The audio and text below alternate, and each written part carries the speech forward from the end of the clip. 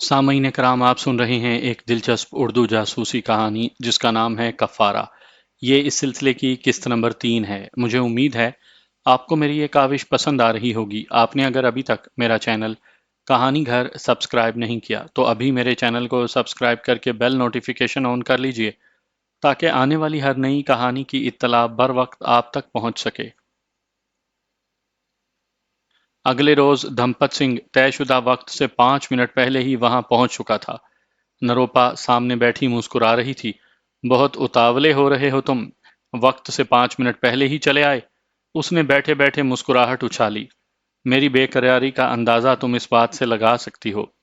دھمپت سنگھ نے بے شرمی سے دانت نکالے اور سامنے بیٹھ گیا۔ وہ تو میں نے کل ہی لگا لیا تھا مسٹر دھمپت سنگھ، نروپا نے مسکراتے ہوئے کہا۔ کیا حکم ہے پھر داس کے لیے؟ دھمپت نے مسخروں کی طرح جھکتے ہوئے کہا۔ مسٹر دھمپت، کل تمہاری آمد میرے لیے ایک سرپرائز تھی، لیکن اتنا بڑا نہیں، کیونکہ مجھے کچھ اندازہ ہو گیا تھا کہ تمہاری شہرت جان چکی تھی نا میں۔ لیکن آج میں تمہیں ایسا سرپرائز دوں گی کہ جو شاید اس سے پہلے تمہارے وہم و گمان میں بھی نہ رہا ہو۔ اس نے اپنی جگہ پر کھڑے ہوتے ہوئے کہا۔ میں سمجھا نہیں۔ دھمپت کو واقعی ابھی سمجھ میں نہیں آئی تھی۔ کیسٹ پلیئر تو تمہارے بریف کیس میں موجود رہتا ہے ہر وقت؟ نروپا نے اگلا سوال کیا۔ ہاں، لیکن اس کی حیرانگی برقرار تھی۔ نکال لو اور یہ کیسٹ بھی سن لو۔ اس نے اپنے دراز سے ایک کیسٹ نکال کر اس کے سامنے رکھ دی۔ دھمپت سنگھ حیرانی سے اس کی طرف دیکھ رہا تھا۔ جب نروپا نے آگے بڑھ کر اپنے کمرے کا دروازہ لاک کر دیا۔ نخرے دکھا رہی ہے سالی، یہ تو مجھ سے بھی زیادہ جلدی میں دکھائی دیتی ہے۔ کوئی ادا ہوگی اس کی۔ ہوس کے مارے دھمپت سنگھ نے سوچتے ہوئے کیسٹ پلیئر نکال لیا اور اس میں کیسٹ چلا کر سننے لگا۔ اسے اندازہ نہ ہو سکا کہ نروپا رائے اس کی پشت پر پہنچ چکی ہے۔ جوں جوں کیسٹ چل رہی تھی، دھمپت کا غصہ آسمان کی بلندیوں کو چھو رہا تھا۔ اس نے ختم ہونے سے پہلے ہی سوئچ آف کر دیا۔ بچ، کتیا، غصے سے کھولتے ہوئے اس نے کہا اور لاشعوری طور پر اٹھ کر کھڑا ہو گیا۔ لیکن اگلے رد عمل کا اسے قطعاً اندازہ نہیں تھا۔ نروپا رائے نے اس کے منہ پر الٹے ہاتھ سے گھومتے ہوئے اتنا زوردار پنچ مارا کہ دھمپت کو اپنی بتیسی ٹوٹنے کا احساس ہوا۔ اسے اندازہ نہیں تھا کہ نروپا مارشل آرٹس کی خصوصی تربیت حاصل کر چکی ہے۔ گالیاں بکتے ہوئے وہ پلٹ کر نروپا رائے پر حملہ آور ہوا، لیکن اگلے 2 منٹ کے بعد اسے یوں لگا جیسے یہاں مزید 4-5 منٹ رکنے کے بعد وہ زندگی بھر اپنے قدموں پر چل کر جانے کے قابل نہیں رہے گا۔ اس کا منہ خون سے بھر گیا تھا اور ناک سے خون کسی بھی لمحے باہر آنا چاہتا تھا۔ بے بسی اور غصے سے وہ بے دم ہو کر دیوار سے ٹیک لگا کر زمین پر بیٹھ گیا۔ دفع ہو جاؤ۔ نروپا نے دروازے کی کنڈی کھول دی۔ غصے سے نیم پاگل لیکن خوف زدہ دھمپت سنگھ نے اپنا بریف کیس اٹھایا اور منہ پر رومال رکھ کر تیزی سے بغیر کچھ کہے باہر نکل گیا۔ اپنا کیسٹ پلیئر اور کیسٹ وہ یہیں چھوڑ گیا تھا۔ الو کا پٹھا۔ نروپا رائے بڑبڑائی اور اپنی سیٹ پر بیٹھ کر اس نے ٹانگیں میز پر رکھ دی۔ 2 منٹ کے بعد وہ نارمل ہو چکی تھی۔ اس کی توقعات کے عین مطابق دھمپت سنگھ نے دوبارہ اس سے ملاقات نہیں کی تھی، لیکن اس حادثے کے بمشکل 5ویں ہی دن اچانک آشیش کمار نے اسے طلب کر کے اگلا حکم سنا دیا۔ انڈین انٹیلیجنس اپنی کسی ہزیمت کا بدلہ چکانے کے لیے کسی پاکستانی سفارتکار کی ہڈی پسلی برابر کرنے کا منصوبہ بنا چکی تھی۔ ظاہر ہے اس کے لیے نعمان سے اچھا شکار اور کون ہو سکتا تھا۔ نعمان کو دھوکے سے بلا کر آشیش کمار نے اس گھناؤنے منصوبے پر عمل پیرا ہونے کا ارادہ کیا تھا۔ وہ سمجھتے تھے اس طرح پاکستانی انٹیلیجنس کو بڑا سٹرونگ میسج پہنچے گا اور ان کی جھوٹی انا کی بھی اچھی خاصی تسکین ہو جائے گی۔ یہ کارنامہ نروپا رائے کے ذریعے انجام پانے والا تھا۔ نعمان کے لیے انکار ممکن ہی نہیں تھا جب نروپا نے اسے اپنی سالگرہ کے متعلق بتایا اور ساتھ ہی یہ بھی انکشاف کر دیا کہ وہ اس مرتبہ سالگرہ صرف اس کے ساتھ تنہائی میں منائے گی۔ میں چاہتی ہوں کہ یہ لمحات زندگی کے یادگار لمحات بن جائیں۔ اس نے نعمان کے گلے میں اپنی باہیں حائل کرتے ہوئے کہا۔ نعمان کو نروپا کی گرم سانسوں کا احساس اپنی گردن اور شانوں پر ہو رہا تھا۔ اس کے لیے خود کو سنبھالے رکھنا کارے دار تھا۔ کیا میں کبھی اتنا کمزور بھی ہو جاؤں گا؟ اس نے خود سے سوال کیا اور کچھ شرمندگی اپنے آپ میں محسوس کرنے لگا۔ خود کو سنبھالو برخودار کہیں، کسی نادیدہ طاقت نے اس کے کانوں میں سرگوشی کی اور وہ سنبھل گیا۔ نروپا کی باہیں اس نے آہستگی سے اپنے گلے سے الگ کی اور اس کے دونوں ہاتھ تھام لیے۔ نروپا، تم نے مجھے بہت بے بس کر دیا ہے، معلوم نہیں میں تمہاری کسی بات کو انکار کیوں نہیں کر پاتا۔ اور نروپا مسکرا دی۔ نعمان اندازہ نہ کر سکا اس لمحے نروپا کس کرب سے گزر رہی تھی۔ اس کی یہ مسکراہٹ نعمان سے زیادہ اپنے آپ کو دھوکہ دینے کے لیے تھی۔ ایک بے نام سی خلش نے نروپا کو کچھ دنوں سے کچھ زیادہ ہی بے چین کر دیا تھا۔ اسے یوں محسوس ہونے لگا تھا کہ جیسے وہ نعمان کو دھوکہ دے رہی ہے، حالانکہ یہ اس کا بزنس تھا اور اس کھیل میں اسے مہارت بھی حاصل تھی۔ لیکن نروپا اس کیفیت سے خود کو چھٹکارا نہ دلا سکی۔ نعمان نے فیصلہ کر لیا تھا کہ اگلے روز شام کو جب وہ نروپا کی سالگرہ کے لیے ملیں گے تو ایسے ہی نازک لمحات میں وہ نروپا کو اپنے لیے کام کرنے کی پیشکش کر دے گا۔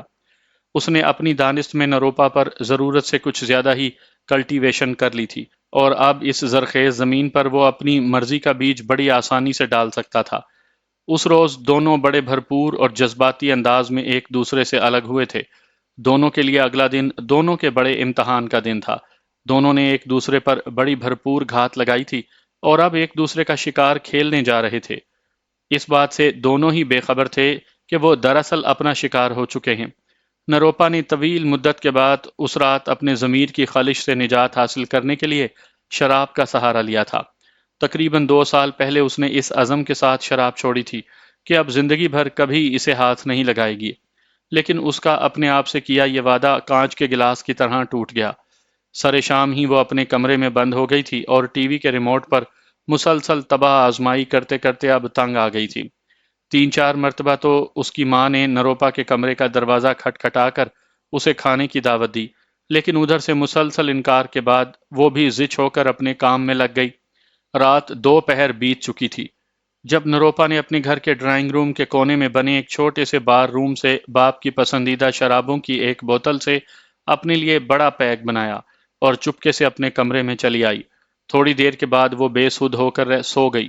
نروپا کی آنکھ سرہانے دھرے ٹیلی فون کی گھنٹی مسلسل بجنے کے شور سے کھلی اور اس نے سب سے پہلے اپنی آنکھیں ملتے ہوئے سامنے دیوار سے لگی گھڑی پر نظر ڈالی تو اسے زوردار جھٹکا لگا۔ صبح کے 9 بج رہے تھے۔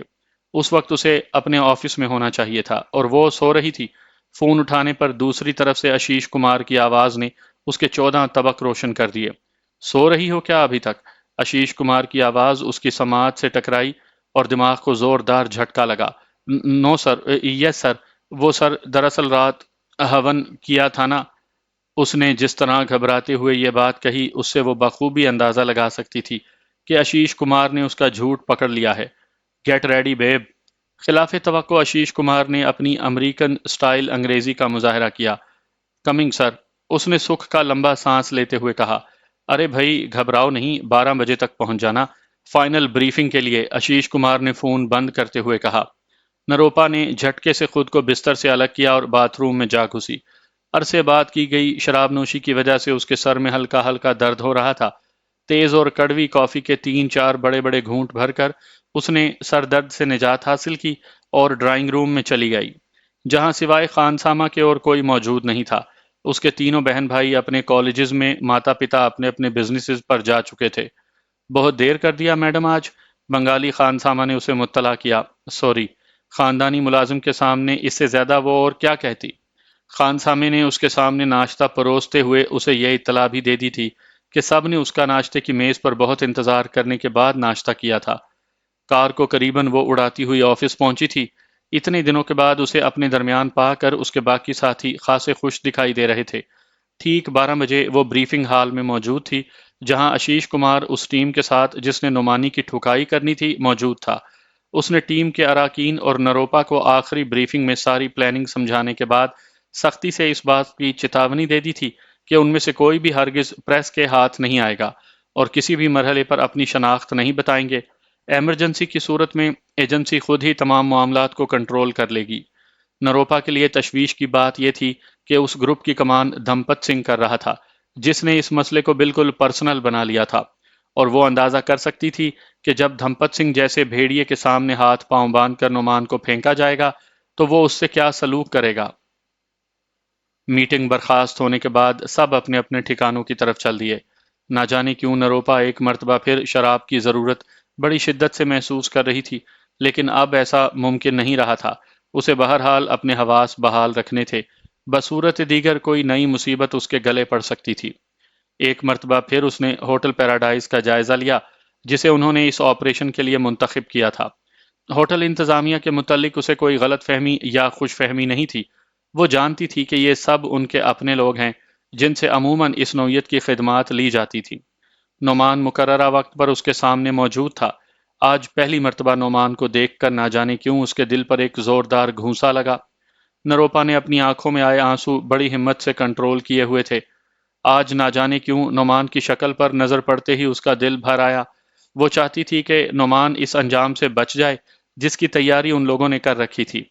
اسے زندگی میں پہلی مرتبہ پچھتاوا ہو رہا تھا کہ اس نے اس سیدھے سادے نوجوان کو اپنی محبت کے جال میں پھانس کر آخر اس انجام تک کیوں پہنچا دیا۔ اس لمحے اسے نعمان سے زیادہ خود پر ترس آ رہا تھا، کیونکہ زندگی میں پہلی مرتبہ وہ اپنی مرضی کے بالکل برعکس کسی حکم کی تعمیل کرنے جا رہی تھی۔ کیا بات ہے، کچھ اداس لگ رہی ہو؟ نعمان کو نہ جانے کیسے اس کی اداسی کا علم ہو گیا۔ نروپا چونکی۔ یہ کوئی اچھا سائن نہیں تھا، اسے خود کو نارمل رکھنا تھا۔ نہیں تو بھلا تمہارے ہوتے ہوئے کیسی اداسی؟ اس نے بظاہر ہونٹوں پر مسکراہٹ جمائی، لیکن نعمان کو بخوبی اندازہ ہو گیا تھا کہ یہ زبردستی کی مسکراہٹ ہے۔ شاید عمر کا ایک اور سال گزر جانے کا دکھ ہو رہا ہے۔ اس نے مسکراتے ہوئے اپنی دانست میں نروپا رائے کو نارمل کرنا چاہا۔ ہاں، تمہارے بغیر اتنے سال گزر گئے۔ نہ جانے کیوں اس لمحے نروپا کو نعمان پر بہت ترس آیا۔ اس نے سوچا تھوڑی دیر کے بعد نعمان جس انجام سے دو چار ہونے والا ہے وہ نعمان کے لیے کتنا بھیانک تجربہ ہوگا، اور نعمان نے اسے مسکراتے دیکھ کر سوچا کہ آج بہر صورت وہ نروپا کو اپنے ساتھ کام کرنے پر رضامند کر لے گا۔ دونوں تھوڑی دیر بعد ہی پیراڈائز ہوٹل میں موجود تھے۔ نروپا نے اسے یہی بتایا تھا کہ اس نے پہلے سے میز ریزرو کروا رکھی ہے اور دونوں اب اسی میز پر بیٹھے تھے، جبکہ نروپا جانتی تھی کہ انہیں اسی میز پر بیٹھنا ہے جو اس کے لیے پہلے سے آشیش کمار نے مختص کی ہوئی تھی۔ دونوں آمنے سامنے بیٹھے تھے اور مؤدب ویٹر ان کا آرڈر نوٹ کر رہا تھا جب نروپا نے اپنے سامنے کی تیسری میز پر دھمپت سنگھ اور اس کے دو ساتھیوں کو بیٹھے دیکھا۔ نہ جانے کیوں دھمپت سنگھ کو دیکھتے ہی شدید نفرت کی لہر اس کے سارے بدن میں سرایت کر گئی۔ اب وہ اپنے محبوب کی پٹائی دھمپت سنگھ سے کروائے گی؟ نروپا نے سوچا اور لرز کر رہ گئی۔ ایک لمحہ اس کی سائیکی پر قیامت ڈھا گیا۔ نروپا نے اپنے اندر نامحسوس لیکن انقلابی تبدیلی محسوس کی، اور دوسرے ہی لمحے وہ ایک بدلی ہوئی نروپا رائی تھی۔ تم سے ایک بہت ضروری بات کہنی تھی نعمان، اس نے اچانک ہی نعمان کی طرف جھکتے ہوئے کہا۔ اور میں نے بھی، نعمان نے اسی طرح سرگوشی کے انداز میں کہا۔ نعمان پلیز پہلے میری بات سن لو، ممکن نہیں کہ زندگی دوبارہ یہ کچھ کہنے کا موقع دے۔ اس نے نعمان کے میز پر دھرے دونوں ہاتھوں میں سے ایک ہاتھ کو اپنے دونوں ہاتھوں میں تھام لیا۔ نعمان اب کسی زبردست رومانٹک فکرے کی امید کر رہا تھا، لیکن دوسرے ہی لمحے اسے اپنے بدن میں بجلی کا زوردار کرنٹ دوڑنے کا احساس ہوا۔ وقت بہت کم ہے نعمان، غور سے میری بات سننا۔ میرا تعلق راہ سے ہے اور تمہارے ساتھ جو کچھ ہوا وہ ہمارے آپریشن کا حصہ ہے۔ نعمان، آج ان لوگوں نے تمہاری زبردست پٹائی کا پروگرام بنا رکھا ہے جس کے لیے اس ہوٹل کے باہر اہتمام کیا گیا ہے۔ مجھے معاف کر دینا نعمان، کاش تم مجھ سے کبھی نہ ملے ہوتے۔ ان آخری لمحات میں مجھے اقرار کرنا ہے نعمان کہ میں واقعی تم سے شدید محبت کرنے لگی ہوں۔ شاید زندگی بھر میں خود کو معاف نہ کر سکوں۔ نعمان نے محسوس کیا کہ بات کرتے ہوئے نروپا نے انتہائی ضبط کا مظاہرہ کرتے ہوئے آنکھوں میں آنسو روکے ہوئے تھے، البتہ اس کی ہتھیلیاں پسینے میں بھیگنے لگی تھیں۔ دوسرے ہی لمحے نعمان کے 14 طبق روشن ہو گئے۔ مجھے تم سے کوئی گلہ نہیں نروپا، میں بھی تمہیں کبھی نہیں بھول پاؤں گا۔ میں ان لوگوں کے ہاتھ اتنی آسانی سے پٹنے والا نہیں، تمہارا باس یہ بات جانتا ہے۔ اب میں یہاں سے جا رہا ہوں نروپا، بہرحال تمہارا شکریہ، آخری لمحات میں ہی صحیح تم نے میری مدد تو کی۔ اوکے، زندگی رہی تو پھر ملیں گے۔ پلیز نارمل رہنا، ورنہ وہ لوگ تم پر شک کریں گے اور تمہارے لیے پرابلم نہ کھڑی کریں۔ خدا حافظ، take care Nirupa, I miss you. اس نے آہستگی سے نروپا کے ہاتھوں کو اپنے ہاتھوں میں لے کر سہلایا اور اٹھ کر واش روم کی طرف چل دیا۔ اسے اٹھتا دیکھ کر دھمپت سنگھ نے کروٹ بدلی، پھر شاید اسے واش روم میں گھستے دیکھ کر مطمئن ہو گیا۔ نعمان کے جسم میں بجلیاں بھر گئی تھی۔ اسے ساری بات اچھی طرح سمجھ میں آ گئی تھی اور اس نے مصمم ارادہ کر لیا تھا کہ وہ کم از کم اپنے ساتھیوں کو خود پر ہنسنے کا موقع نہیں دے گا، کیونکہ اس کے متعلق یہ بات کوئی تصور بھی نہیں کر سکتا تھا کہ وہ اس طرح انڈین انٹیلیجنس کے ٹریپ میں پہنچ جائے گا۔ واش روم کے اندر گھستے ہی اس نے اطراف کا جائزہ لیا اور اپنی خوش قسمتی پر مسکرا دیا۔ ہوا کی آمدرفت کے لیے برآمدے کی طرح بنی گیلری کے دونوں اطراف کھڑکیاں لگی تھی، جبکہ سامنے قطار میں واش روم موجود تھے۔ اگلے ہی لمحے وہ ایک کھڑکی کے پٹ کھول رہا تھا جس کے ذریعے نعمان نے باہر چھلانگ لگائی اور زمین سے بمشکل 5-6 فٹ بلند کھڑکی سے وہ بآسانی دوسری طرف اتر گیا۔ یہ ہوٹل کا بیک یارڈ تھا جہاں ایک بڑے قطع اراضی پر گھاس کا ایک جنگل سا اگا ہوا تھا جس میں جگہ جگہ ہوٹل کا ناکارہ فرنیچر گل سڑ رہا تھا۔ چیتے کی طرح چوکنا نعمان پنجوں کے بل بھاگتا اندازے سے اسی سمت جا رہا تھا جدھر سے اسے امید تھی کہ باہر نکلنے کا کوئی راستہ مل جائے گا۔ جلد ہی اسے ہوٹل کی وال باؤنڈری دکھائی دی جس کی اونچائی تو اس کے لیے کوئی بڑا مسئلہ پیدا نہیں کر سکتی تھی، لیکن دیوار پر لگے خاردار تاروں نے اس کے ارادوں پر پانی پھیر دیا تھا۔ ان حالات میں وہ کم از کم ان تاروں سے گزرنے کا خطرہ مول نہیں لے سکتا تھا۔ بادل نخواستہ اس نے گیٹ کا رخ کیا۔ پیراڈائز ہوٹل کے سامنے 2 بڑے گیٹ لگے تھے جن میں سے ایک آنے اور دوسرا جانے کے لیے تھا۔ دونوں دروازوں پر مستعد دربان آنے والوں کا سواگت کرنے اور جانے والوں کو بائے بائے کرنے کے لیے موجود رہتے تھے۔ نعمان کا رخ سوئے اتفاق سے باہر جانے والے دروازے کی طرف تھا جس کا اسے ابھی اندازہ نہیں ہوا تھا۔ سر جی 5 منٹ ہو گئے اسے۔ سب انسپیکٹر کمیش نے دھمپت سنگھ کے سر پر ٹائم بم چلایا جو پوری قوت سے پھٹا۔ ہاں یار ذرا دیکھو تو صحیح، دھمپت نے اسے ہدایت کی۔ Okay sir. کمیش واش روم کی طرف گیا اور وہ خود نامحسوس انداز میں نروپا رائے کی طرف چل دیا جو ابھی تک اپنے بکھرے وجود کو مجتمع کر رہی تھی۔ ہیلو، اس نے نروپا رائے کو نامحسوس انداز میں مخاطب کیا، لیکن دوسری طرف سے کوئی جواب نہ ملا کیونکہ نروپا رائے شوق کی جس کیفیت سے گزر رہی تھی اس نے نروپا کی حسیات کو تھوڑی دیر کے لیے موت جیسی نیند میں سلا دیا تھا اور اسے یوں محسوس ہو رہا تھا جیسے اس کی سننے اور بولنے کی قوتیں سلب ہو گئی ہیں۔ البتہ کانوں میں ایک فکرے کی تکرار مسلسل گونج پیدا کر رہی تھی۔ مجھے تم سے کوئی گلہ نہیں Nirupa, take care Nirupa, I miss you Nirupa. Nirupa کا سارا بدن ان فکروں سے مسلسل جھنجھنا رہا تھا۔ بمشکل اس نے اپنے حواس مجتمع کیے اور اپنی دنیا میں واپس لوٹی جہاں تلخ حقائق مگر مچھ کی طرح منہ کھولے اسے نگلنے کے لیے اس کے سامنے موجود تھے۔ کیا کروں؟ اس نے خود سے سوال کیا۔ بھاگ جاؤ نروپا، جواب ملا۔ لیکن کہاں؟ اس نے خود سے پوچھا۔ جن لوگوں سے اس کا تعلق جڑ گیا تھا وہ تو اسے زمین کی 7ویں تہہ سے بھی نکال کر باہر لے آتے۔ ایک ذلت آمیز موت، کسی نادیدہ طاقت نے کہا، اور نروپا رائے دہل کر رہ گئی۔ واقعی اب اسے ایک ذلت انگیز موت سے دوچار ہونا تھا۔ تفتیش و تحقیق کے لاحل مراحل اس کے منتظر تھے۔ اب وہ مشکوک ایجنٹ تھی جس نے راہ کے جال میں پھنسی ایک موٹی اور تازہ مچھلی کو نہ صرف جال سے نکالا بلکہ دوبارہ پانی میں پھینک کر نئی زندگی سے ہمکنار بھی کیا تھا۔ وہ جانتی تھی کہ اب اسے گرفتار کر لیا جائے گا، تفتیش کے انتہائی تکلیف دہ مراحل سے گزارا جائے گا اور طویل ذہنی، جسمانی اور نفسیاتی تکالیف سے گزارنے کے بعد اگر وہ یہ ثابت کرنے میں کامیاب بھی ہو گئی کہ اس نے نعمان کو فرار نہیں کروایا بلکہ یہ سب اتفاقیہ ہوا ہے، تو بھی ساری زندگی کے لیے وہ ایجنسی میں بلیک لسٹ ہو جائے گی۔ اول تو اسے نوکری سے برخاست کر دیا جائے گا، ممکن ہے اس کے باپ کی سرکاری حیثیت آڑے آ جائے تو اسے بحال رکھا جائے، لیکن وہ ساری زندگی انڈر سرویلنس رہے گی۔ خودکشی کر لو، شکست خوردہ دل و دماغ نے رہنمائی کی۔ پستول اس کے پاس موجود تھا اور یہاں کوئی بھی اسے کن پٹی پر فائر کر کے خود کو ہلاک کرنے سے نہیں روک سکتا تھا۔ لیکن اگلے ہی لمحے ایک نادیدہ شکتی نے اسے مضبوط بنایا۔ کیوں کروں میں خودکشی؟ کیا جرم کیا ہے میں نے؟ کیسے دھوکہ دے سکتی تھی میں نعمان کو؟ محبت کرتا تھا وہ مجھ سے، اور میں بھی۔ پھر کیا جرم کیا تھا اس نے؟ کئی سوالات بیک وقت دل و دماغ میں جنم لے رہے تھے۔ اسی لمحے نروپا کی تربیت آڑے آئی اور اس نے مضبوطی سے حالات کا مقابلہ کرنے کی ٹھان لی۔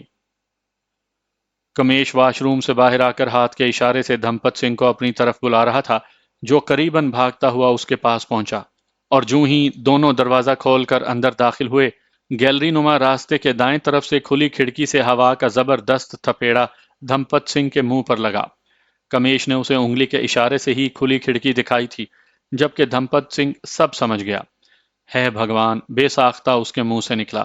وہ تو نکل گیا سر۔ کمیش نے تصدیق مزید کی تو دھمپت سنگھ چڑ گیا۔ میں اندھا نہیں ہوں، اب یہاں کیا جھک مار رہے ہو؟ باہر کی سڑکوں کی کیا پوزیشن ہے؟ اس نے کمیش کو قریباً ڈانٹ دیا۔ سر 8 جوان باہر موجود ہیں۔ کمیش نے اپنے حواس قائم رکھے۔ انہیں ریڈ سگنل دے دو، میرا منہ کیا دیکھ رہے ہو؟ دھمپت سنگھ نے چڑھ کر کہا۔ بٹ سر وہ سبجیکٹ کو نہیں پہچانتے۔ پلان کے مطابق ہم نے سبجیکٹ کے ساتھ باہر نکلتے ہوئے اس کی شناخت کروانی تھی۔ کمیش نے اگلا دھماکہ کیا۔ ہے بھگوان، ہے بھگوان، کیا ساری ایجنسی کے گدے میرے مقدر میں ہی لکھے تھے؟ دھمپت سنگھ نے باقاعدہ ماتھے پر ہاتھ مار کر کہا۔ سوری سر، کمیش نے اپنی دانست میں اپنے صاحب کی اشکشوئی کی تھی۔ ڈیم اٹ، سگنل تو دو، دھمپت نے غصے سے کہا، اور کمیش نے اپنی جیب سے ایک چھوٹا سا گیجٹ نکال کر اس کا سرخ بٹن پش کیا۔ باہر موجودہ تمام جوانوں کو اپنے اپنے واکی ٹاکی پر ریڈ سگنل مل گیا، جس کا مطلب تھا کہ سبجیکٹ فرار ہو گیا ہے۔ ڈھونڈو اسے، اگر وہ نکل گیا تو ہم سب مارے جائیں گے۔ آشیش کمار کو جانتے ہو نا؟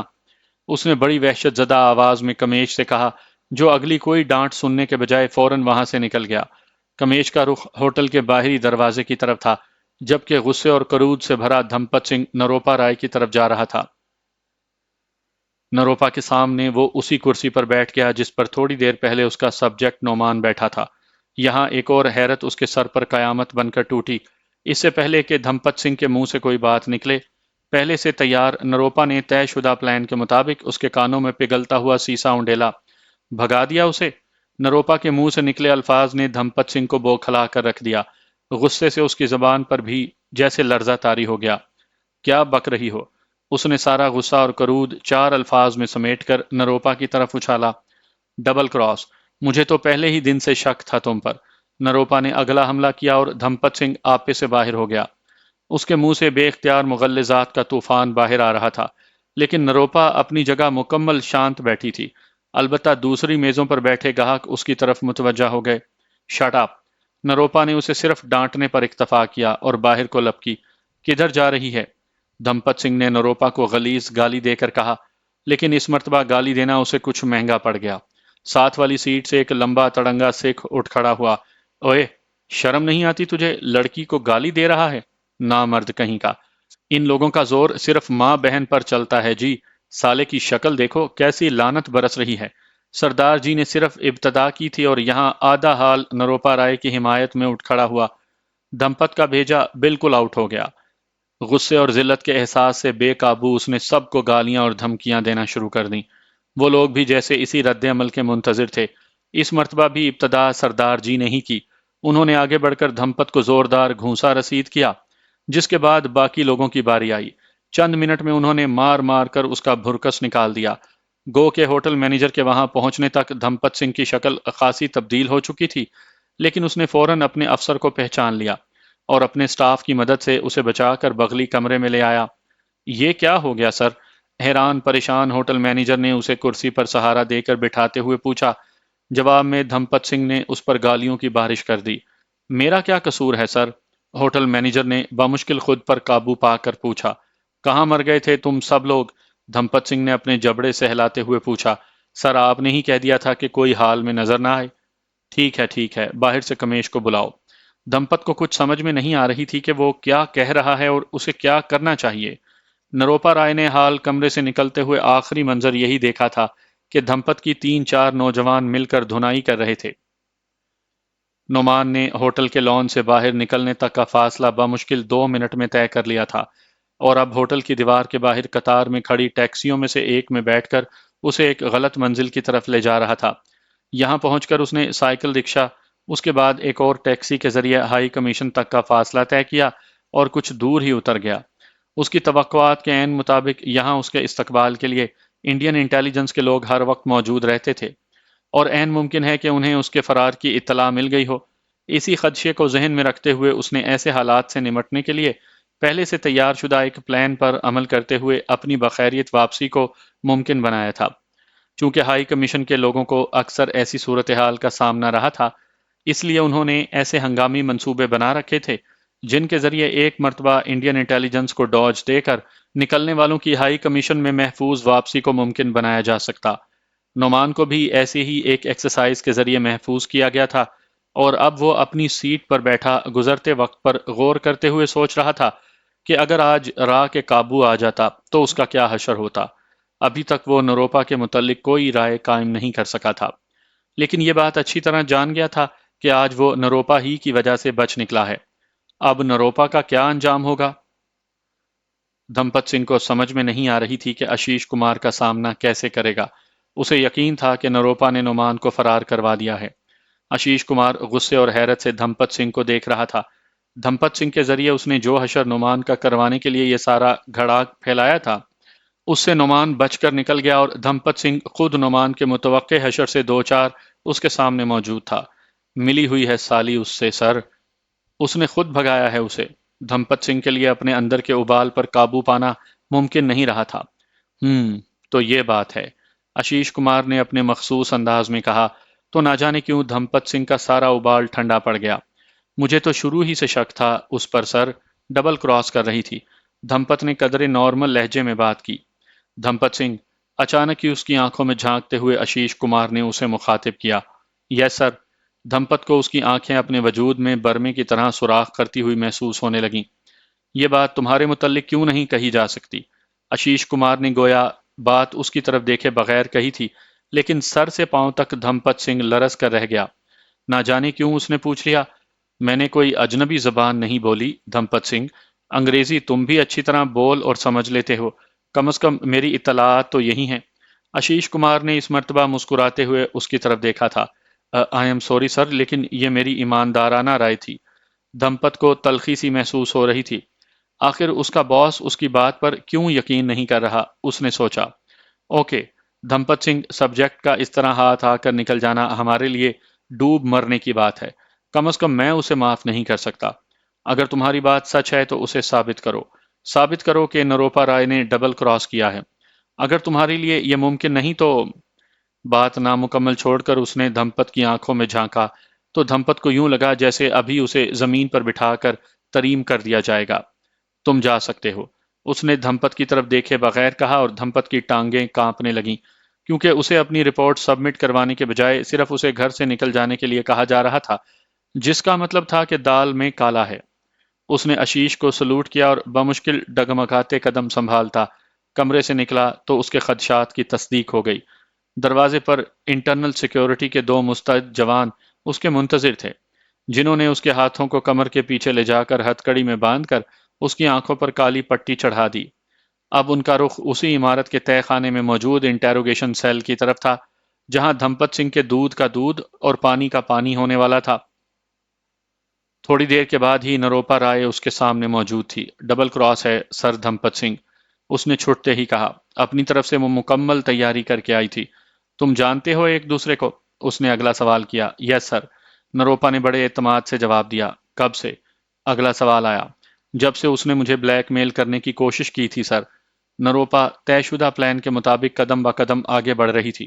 کیا کہہ رہی ہو تم؟ آشیش نے قدرے حیرانی سے پوچھا۔ سر، مجھے اپنا بیگ منگوانے کی اجازت دیں، میں ثابت کروں گی سر۔ اس نے ڈائریکٹر آشیش کمار سے اجازت لی۔ کمرے میں داخلے سے پہلے اس کے جسم کی اچھی طرح تلاشی لینے کے بعد تمام چیزیں باہر رکھ لی گئی تھیں۔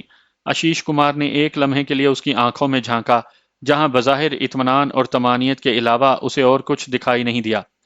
دوسرے ہی لمحے اس نے اپنے انٹرکام پر باہر ہدایات جاری کی اور ایک مستعد سیکیورٹی آفیسر نروپا کا وہ بیگ اندر لے آیا جو انہوں نے باہر رکھا ہوا تھا۔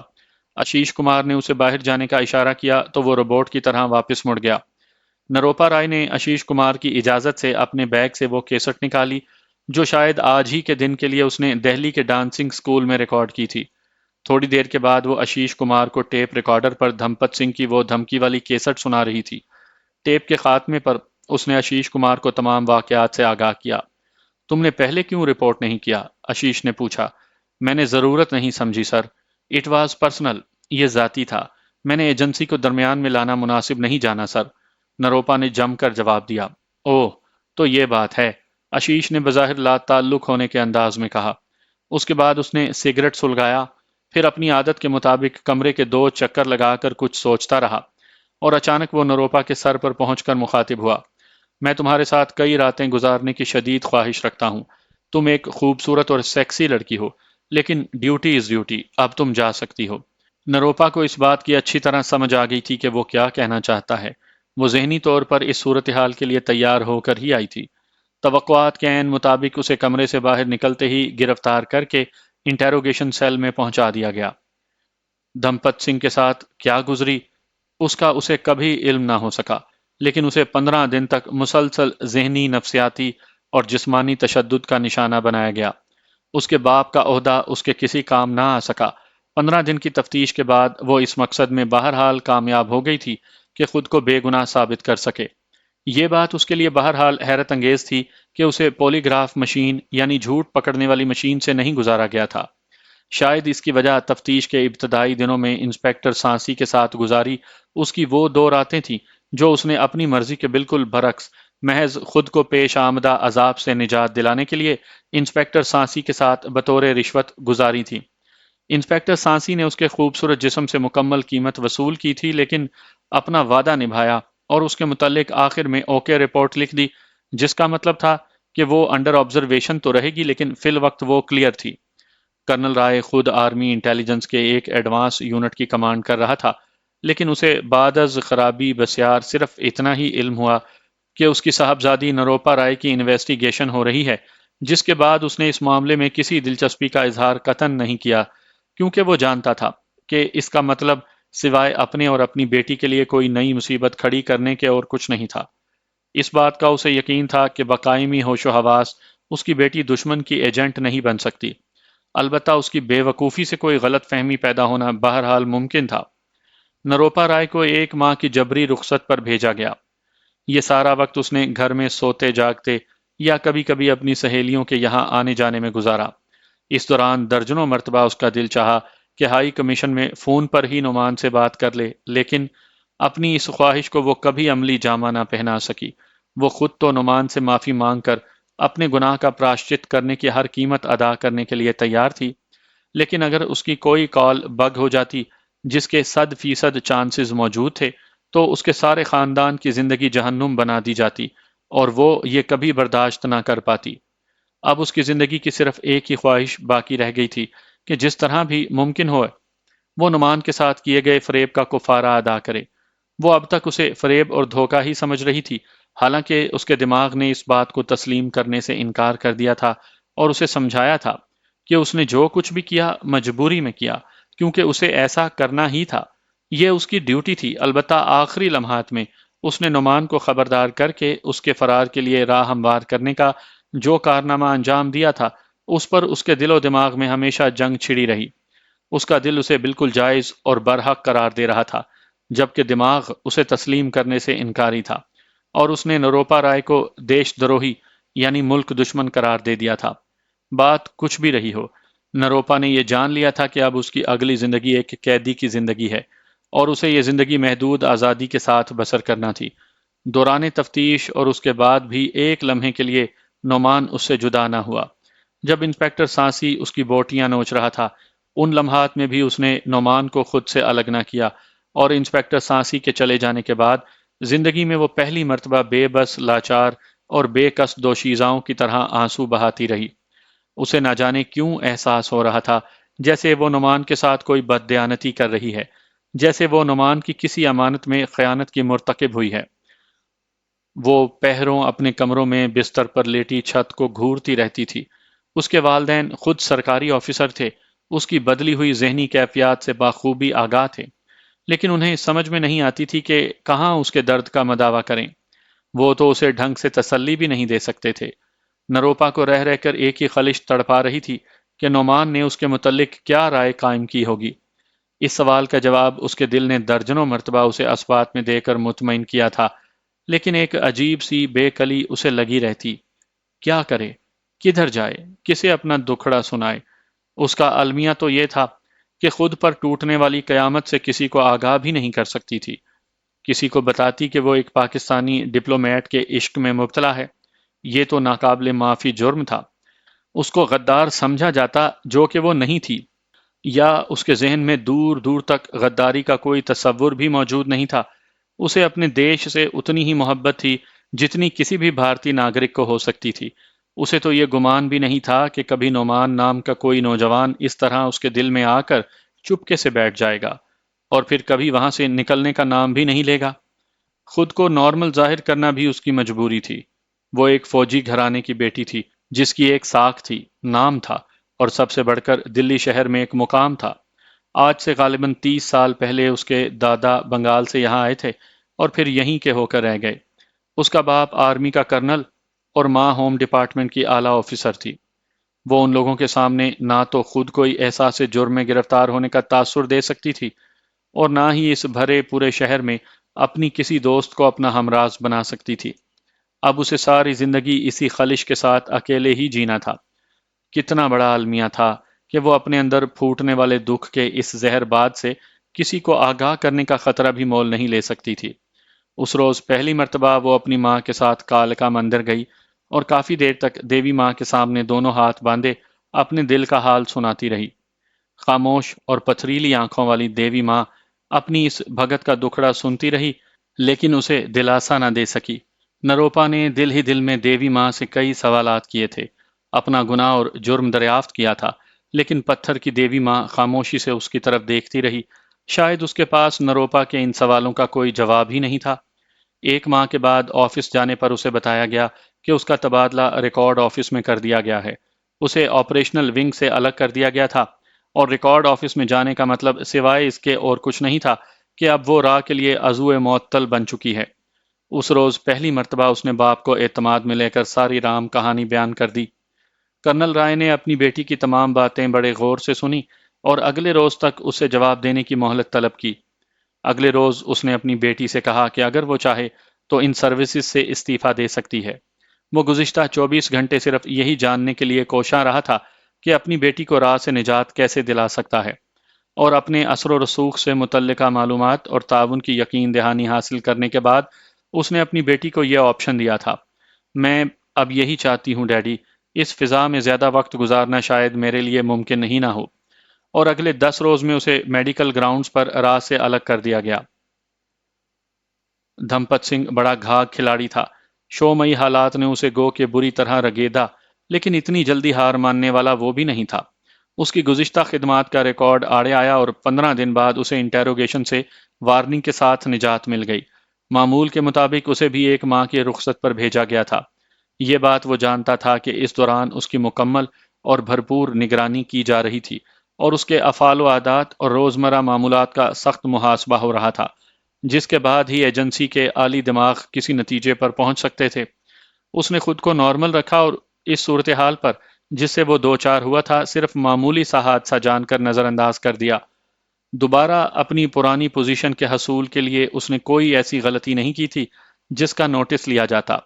ایک ماہ کے بعد جب وہ واپس آیا تو اس نے بھگوان کا شکر ادا کیا کہ اسے ابھی تک اس کے اعلیٰ افسران نے آپریشنل ونگ سے الگ نہیں کیا تھا، جس کا مطلب تھا کہ اب وہ انڈر سرویلنس نہیں ہے اور پہلے کی طرح نارمل زندگی بسر کر سکتا ہے۔ دھمپت سنگھ نے قسم کھائی تھی کہ اسے جھوٹا الزام لگا کر انٹیروگیشن سینٹر تک پہنچانے والی نروپا رائے سے وہ اپنی اہانت کا بدلہ ضرور لے گا۔ وہ ٹھنڈا لیکن بے انتہا منتقم مزاج شخص تھا۔ نروپا کے ہاتھوں اس نے بہت بڑی ذلت اٹھائی تھی۔ ابھی وہ نروپا کا پہلا قرض نہیں اتار سکا تھا کہ اس کی طرف سے دوسری قسط جاری ہو گئی تھی۔ اس بات کا اسے یقین تھا کہ جلد یا بدیر اب نروپا رائے ایجنسی میں رہے گی نہیں، کیونکہ یہاں اس کے اصول و ضوابط کی زد میں آنے کے بعد کسی کا بچ رہنا ممکن نہیں۔ اپنے آفس میں پہنچنے کے بعد کافی دیر تک نعمان اس کے متعلق سوچتا رہا۔ اسے حیرانگی اس بات کی تھی کہ آخری لمحات تک وہ نروپا رائے کی اصلیت کیوں نہ جان پایا۔ نروپا نے اسے آخری لمحات میں گو کہ چونکا دیا تھا اور ایک ہی وقت میں اس کی زندگی کے دو اہم ترین سرپرائز دیے تھے۔ ایک اس بات کا انکشاف کہ اس کا تعلق راہ سے ہے اور دوسرا اسے فرار ہونے کا موقع دے کر۔ نعمان کو سمجھ نہیں آ رہی تھی کہ وہ نروپا سے متعلق کیا رائے قائم کرے۔ زندگی میں پہلی مرتبہ اس نے کسی کو اپنے دل سے اتنا قریب محسوس کیا تھا کہ اب وہ واقعی نروپا کی کمی محسوس کرنے لگا تھا۔ نروپا اس کی بہرحال محسنہ تھی جس نے اسے بر وقت ہوٹل سے نکل جانے کا موقع فراہم کیا تھا۔ بصورت دیگر نعمان کو شدید جسمانی کے ساتھ ساتھ نفسیاتی تکلیف کا سامنا بھی کرنا پڑتا، کیونکہ بھارتی انٹیلیجنس والے کسی بھی پاکستانی کو شدید ترین تشدد کا نشانہ بنانے کے بعد اسے مکمل بے بس کر کے اس کی عجیب و غریب فلم بناتے تھے، اور بعد میں پولیس میں اس کے خلاف یہ مقدمہ بھی درج کروا دیا جاتا تھا کہ متعلقہ اہلکار فلاں بھارتی باشندے سے جاسوسی دستاویزات وصول کر رہا تھا یا اسے پیسے دے رہا تھا۔ اب تک 3-4 کیس ایسے بھی ہوئے تھے جہاں پاکستان ہائی کمیشن کے ملازمین کو اس طرح بازاروں سے پکڑ کر ان پر جعلی کرنسی چلانے کے الزامات عائد کیے گئے تھے۔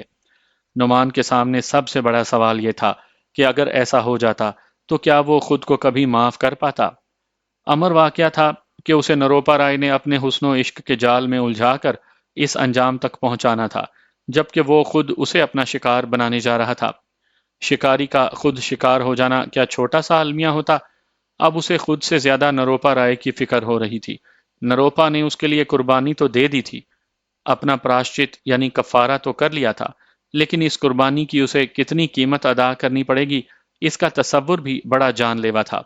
وہ انٹیلیجنس کمیونٹی کا بندہ ہونے کے ناطے اچھی طرح اس حقیقت سے آگاہ تھا کہ اس کے فرار کے فوراً بعد نے رائے کو گرفتار کر لیا ہوگا۔ اسے گرفتاری کے بعد کن کن مراحل سے گزارا جائے گا، یہ وہ اچھی طرح جانتا تھا۔ اسے ایک ہی خوف دامنگیر تھا کہ اگر کسی مرحلے پر نروپا رائے نے ہتھیار ڈالتے ہوئے یہ بات تسلیم کر لی کہ اس نے ہی نعمان کو فرار ہونے کا موقع دیا ہے، تو نروپا رائے کو ناقابل بیان حشر سے دوچار ہونا پڑے گا۔